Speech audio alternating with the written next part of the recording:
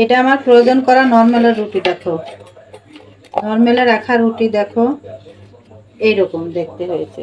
এখন আমি সেঁকে নেব। আর এইটা আমার ডিপ ফ্রিজে সংরক্ষণ করা ফ্রোজেন করা রুটি। দেখো আমি ঠিক এই রুটিটা 10 মিনিট পরে ভেজে নিব। ভেজে দেখো আমি তাওয়ার উপরে দিয়ে দিলাম। দেখো এটা কিন্তু আমার নরমালের রুটি। নরমালের রুটিটা আমি সেঁকে নিলাম। দেখো এটা ফুলে দেখো একবারে ঢোল হয়ে গেছে। এটা কিন্তু নরমালের রুটি।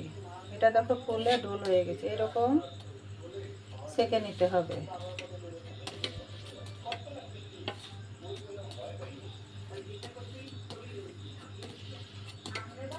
ফ্রিজের রুটি, ফ্রোজেন রুটি সেঁকতে একটু টাইম লাগে, একটু ধৈর্য ধরে সেঁকে নিতে হয়। দেখো আমার কি পরিমাণ ফুলকো হয়েছে।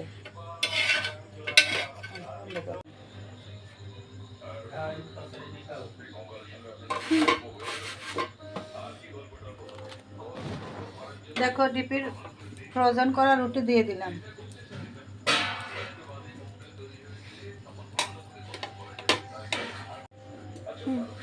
ডিপ ফ্রিজ থেকে বের করার মিনিমাম 20 মিনিট পরে রুটিগুলো সেঁকে নেবে, তাহলে ভালো হবে। আর যদি তাড়াহুড়া থাকে তাহলে 10-15 মিনিট পরেও সেঁকে নেওয়া যাবে।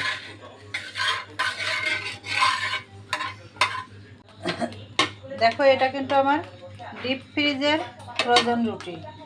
দেখো ফুলে কি হয়েছে।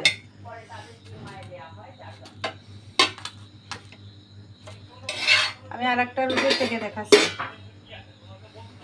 এটাও কিন্তু ডিপের রুটি, ডিপ ফ্রিজের ফ্রোজেন রুটি।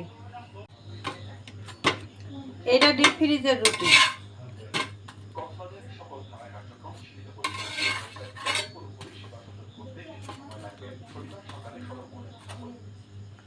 যেসব প্রবাসী ভাই বোনেরা আছো তারা আমার মতন এরকম রুটি ফ্রোজেন করে রেখে দিতে পারো।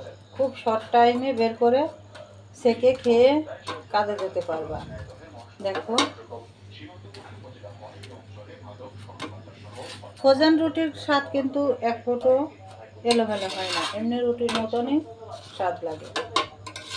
আর তাহলে তোমরা যে যেখান থেকে দেখছো, ফেসবুক থেকে যারা দেখছো তারা ফলো কমেন্ট শেয়ার করে দিও।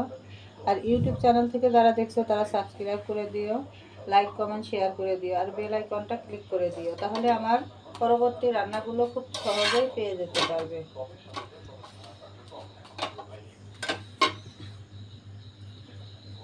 আজ তাহলে রাখি এই পর্যন্ত।